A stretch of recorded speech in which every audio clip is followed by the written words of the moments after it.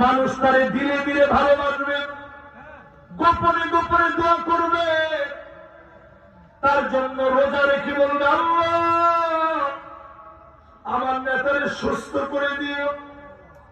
এমন নেতা যদি আপনি হতে পারেন, এমন মানুষ হয়ে যদি মরতে পারেন, আপনি বুঝে নিবেন আরশে আজিম থেকে যিনি ভালোবেসে ফেলেছেন তিনি কি।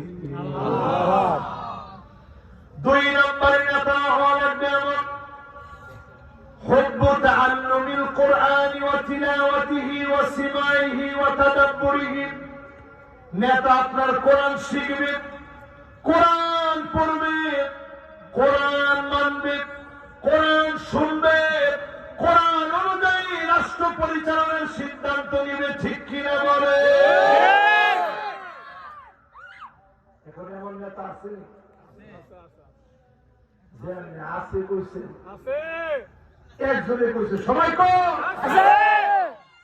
এই জন্য আমি সব নেতাদেরকে বলবো, নেতারা কোরআন শরীফ পড়া শিখেন। পুরাপান বিদ্যালয় অন্য কিছু চায় না, উই ওয়ান্ট জাস্টিস বলে যারা স্লোগান দিয়ে ফেলছে, ন্যায় বিচার তারা চায়। আজকে যদি কোনোভাবে তাদেরকে ঠকাবেন, আগামী দিন কিন্তু ঠকায় কুল কিনারা পাবেন না। ঠিক কিনা বলে? এই জন্য খুব খেয়াল করে কোরআন পড়া শুরু করে। আমাদের সাথে এমন নেতাও ছিল, নেতারা দিছে বক্তব্য দিতে, আগেই বলে দিছে তোমার বক্তব্য লাগবে না, তুমি তো 400 পিটাইবা। নেতা এমন 400 পিটাইছে, বিসমিল্লাহির রহিম মাঝখানে রহমান বাদ হয়ে গেছে। আরে মুসলমান, এরা আমরা বানাইছেন অলরাউন্ডার, যে পিটাই হুজুর। এরপরে নেতার ভিতরে চরিত্র দেখা লাগবে ইত্তিবাউস সুন্নাহ। চুলের গোড়া থেকে নিয়ে পায়ের তালু পর্যন্ত নেতার পরিবর্তন হওয়া লাগবে।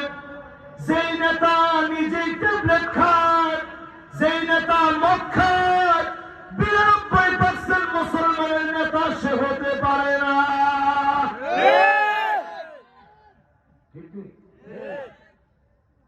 এরপরে আমার নেতা হবে কি?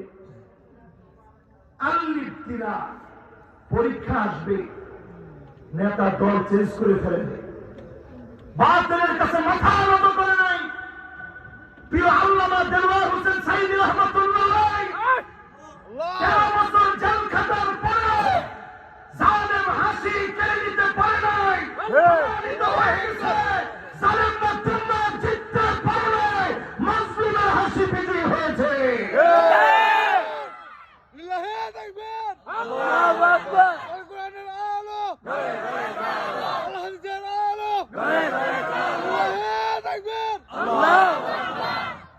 কি মনে করছেন আপনি? 50টা বছর যে মানুষটা তাফসীর করে গেছেন, উনি যদি শেষে এসে বলতেন আমার খুব ভুল হয়ে গেছে, আর কোনোদিন ওয়াজ নসিহত করবো না, নাতি নাতি নিয়ে একসাথে থাকবো, আমার ছেড়ে দেন, রাজকীয় মুকুট দিয়ে ওনাকে বের করা হতো। কিন্তু উনি রাজকীয় মুকুট চায় নাই, আল্লাহর কাছে গোলাম হিসাবে শাহাদাতের মৃত্যু উনি চেয়েছে। ঠিক কিনা? মাঝে মাঝে চিন্তা করি, হুজুর এত এত জায়গায় মাহফিলে বলতো আল্লাহ শহীদি মৌত দিয়ে। আল্লাহু আকবার, আল্লাহু আকবার। আমি তো চিন্তা করে যে দুনিয়া থেকে চলে গেছে, মাগরিবের নামাজ পড়ে আসছি, পরে আমার বুকটার মধ্যে হঠাৎ ব্যথা উঠে গেছে। আমি ভাবতেছি কি এরকম লাগতেছে কেন, আমার কি কেউ চলে গেছে নাকি? আমি শুয়ে বসছি বিছনার ভিতরে, হঠাৎ একটা ভূমিকম্প হচ্ছে, সাথে সাথে আমার মনে হচ্ছে হুজুর মনে হয় আর নাই। মোবাইলটা ধরুন, একটার পর একটা ফোন আসছে, হুজুর দৌড়ায় চলে গেছি হসপিটাল। শেষবারের মতো একটা মানুষ দেখতে পেতাম, আল্লাহর গোলাম কেমন হাসি দিয়ে গেছে। দৌড়ায় যখন হসপিটালে গেছি, যাওয়ার পরে দেখতে পারিনি, সেখানে দেখতে দেয়নি। রাত্রে 2টার দিকে চলে আসছে ওনার বাসায়। বাসার এখানে আসতে পরে মনে মনে চিন্তা হলো, যত জানেনই হোক ওনার স্ত্রীর তো অন্তত একটা বার দেখায়নি। এই অপেক্ষায় ফজর পর্যন্ত এখানে বসা ছিল।